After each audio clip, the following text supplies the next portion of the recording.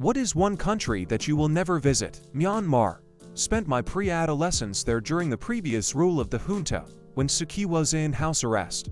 I cannot begin to explain the fear that was present in everyday life there then.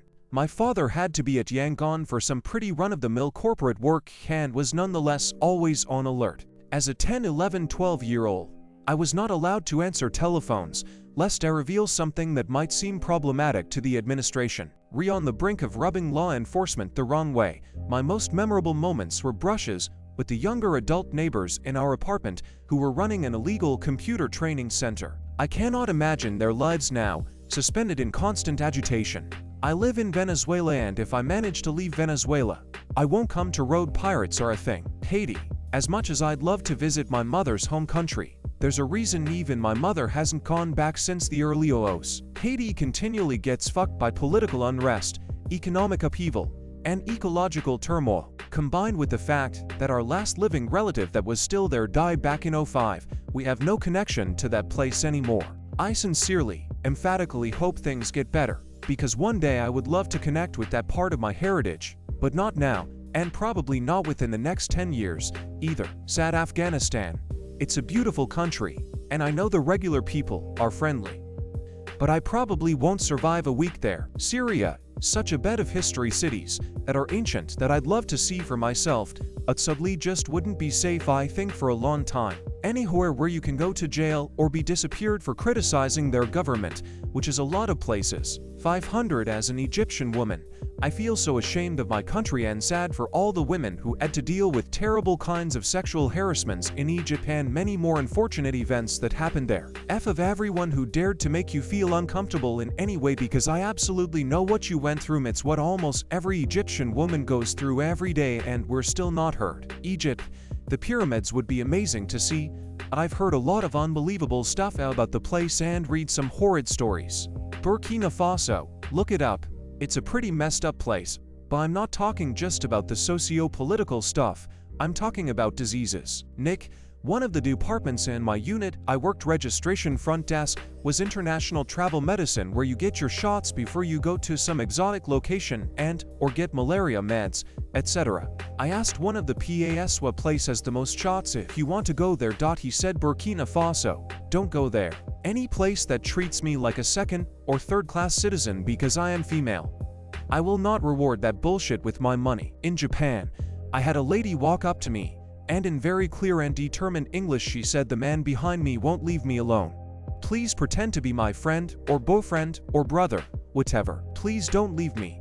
I hugged her and kissed her on the head, and asked her how her family was, that it had been so long and that I missed her. The guy came up to us and was talking to her in Japanese. She leaned on me the entire time, and I was just nodding with everything she said.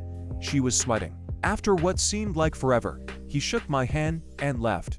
The woman put some bills in my pocket for 1,000 yuan, as I've just been educated, and asked me to take her to her friend's house. I did, and watched her get in and wave to me from the window. Then I remembered I was walking in a strange country and had no idea where I was. Bhutan. You hear all about their gross happiness index and how they're the happiest country in the world. What you don't hear about is their relatively recent history of ethnic cleansing. I have friends who were victims of this nationwide ethnic cleansing, who were forced to leave everything behind and seek refuge in Nepal. Tap you a mind, women being second-class citizens, they're actively persecuted. NG ridiculous, like 70 of women have been raped, and if you rub someone the wrong way and they accuse you of being a witch, then I buy vaginas cost, they'll burn that shit out with a red-hot poker. North Sentinel Island. Edit. I get it. It's not its own country. Gosh, some of you must be oblast at parties. Scrolling to find my OFC, my only comment to reach a lot of upvotes. The useless off-topic joke. Thanks, brothers. United Arab Emirates, or more specific, Dubai. It seems so fake and soulless, and it's built on human misery. I've seen North Korea many times. We would go hike the mountains north of Incheon or Kimpo and look across the water at the stupid fake towns. I never went to the DMZ. Just looked across the bay. Fuck that place, will never visit. I became good friends with a North Korean refugee who literally shipped himself to China in a shipping container. We started hanging out, and he loved to go play catch with a football and was learning English by watching France. E day we went to dinner and I asked him what he thought of his home country and he teared up and said something to the effect of if dear leader knew how bad it was, he would stop it and help everybody. The dude was so brainwashed he loved his dear leader even as he risked asphyxiation by shipping himself to China. Chat.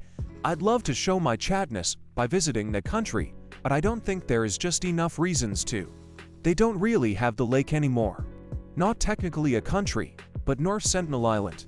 The indigenous population have historically killed any non-native on site. Perhaps the question should have been, in addition to North Korea, what is one county you will never visit? North Korea is the free middle space on the metaphorical geographic bingo card. Any country where I need a man to accompany to feel and be safe and respected. While ain't getting my hard-earned woman money, there are more welcoming places for me. I'd rather spend it in. As a woman, there are several I would never visit, mostly Middle East, as they continue to have medieval beliefs about women's value and equality. Any country where they practice FGM on women and girls. I'll go in the ground before I spend one penny to boost the economies of those vile countries.